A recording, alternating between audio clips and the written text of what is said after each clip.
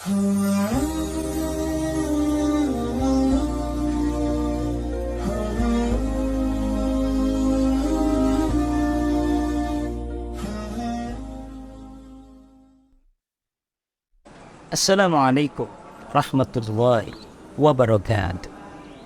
Alhamdulillah al-fard as-samad alladhi lam yalid wa lam yulad wa lam yakul lahu kufuwan ahad. Asyhadu an la ilaha illallah wahdahu la syarika lah wa asyhadu anna sayyidana Muhammadan abduhu wa rasuluhu la nabiyya ba'da. Allahumma salli wa sallim ala sayyidina wa maulana Muhammadin wa ala alihi wa sahbihi ajma'in. Amma ba'd. Qala Allah Ta'ala fil Qur'anil Karim wa huwa asdaqul qa'ilin. A'udzu billahi minasy syaithanir rajim. Bismillahirrahmanirrahim. Ala bi dzikrillahi tatma'innul qulub. Sadaqallahul azim. Wa balagha rasuluhun nabiyyul habibul karim.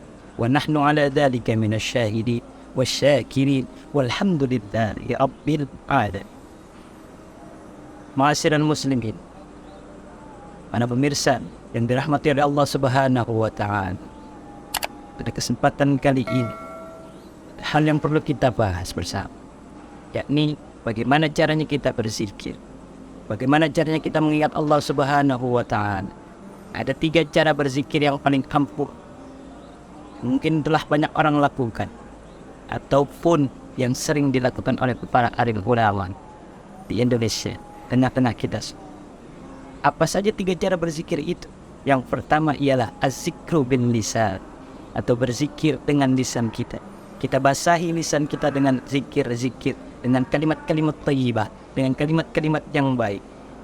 Karena dengan senantiasa kita berzikir pada Allah Subhanahu wa taala, kita selalu mengingat Allah Subhanahu wa taala, itu mendekatkan hati kita, mendekatkan diri kita pada Allah Subhanahu wa taala, dan kita akan selalu menjalankan perintah Allah dimanapun kita berada. Kita akan takut untuk melakukan larangan-larangan Allah. Dimanapun kita berada, kita akan selalu melaksanakan atau menjalani perintah Allah Subhanahu wa taala. Maka jangan lupakan untuk selalu basahi lisan kita. Jangan lupakan untuk selalu berzikir, mengucapkan kalimat-kalimat yang baik pada Allah Subhanahu wa taala, memberikan pujian-pujian yang baik kepada Allah Subhanahu wa taala. Karena jelas di dalam Al-Qur'an, jelas di dalam Quran surat Al-A'raf ayat ke-28, Allah Subhanahu wa taala berfirman, A'udzu billahi minasyaitonir rajim. Bismillahirrahmanirrahim. Ala bi dzikrillahi tatma'innul qulub. Karena sesungguhnya dengan mengingat Allah Subhanahu wa taala menjadikan hati kita tenang, tentram, amat seterusnya. Itulah makanya pesan dari saya untuk selalu membasahi lisan kita dengan zikir pada Allah Subhanahu. Lalu yang kedua apa? Yang pertama tadi ialah zikr bil lisan, yang kedua ialah az-zikru bil qalbi. Ketika kita telah basahi lisan kita dengan kalimat-kalimat yang baik, ketika kita telah basahi lisan kita dengan zikir pada Allah Subhanahu wa taala, atau lanjutkan pujian-pujian kepada Allah Subhanahu wa taala, resapi dalam hati kita. Resapi zikir yang kita baca, resapi di dalam hati kita, di dalam hati yang paling dalam, bahwasanya Allah itu ya Allah Azza wa Jalla, Tuhan semesta alam yang menciptakan langit dan kita tidak pernah luput dari pandangan Allah Subhanahu wa taala.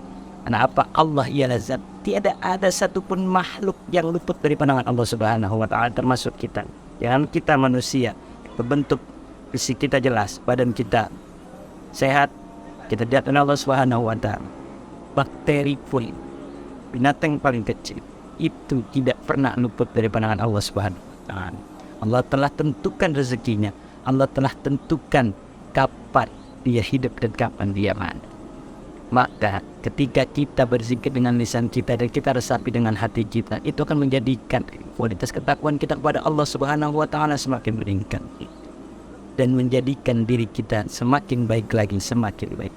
Yang ketiga ialah az-zikru fil amal, atau zikir dengan amal perbuatan.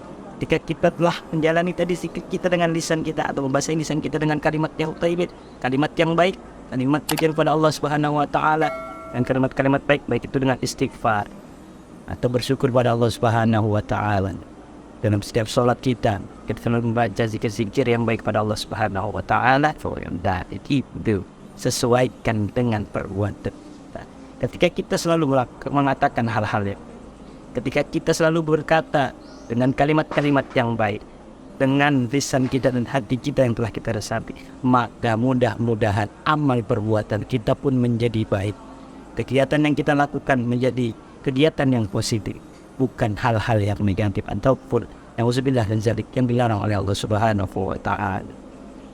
Para pemirsa, dimanapun Anda berada, cinta untuk Afro dimanapun Anda berada, itulah 3 cara berzikir yang paling ampuh yang bisa kita lakukan dalam kehidupan kita sehari-hari.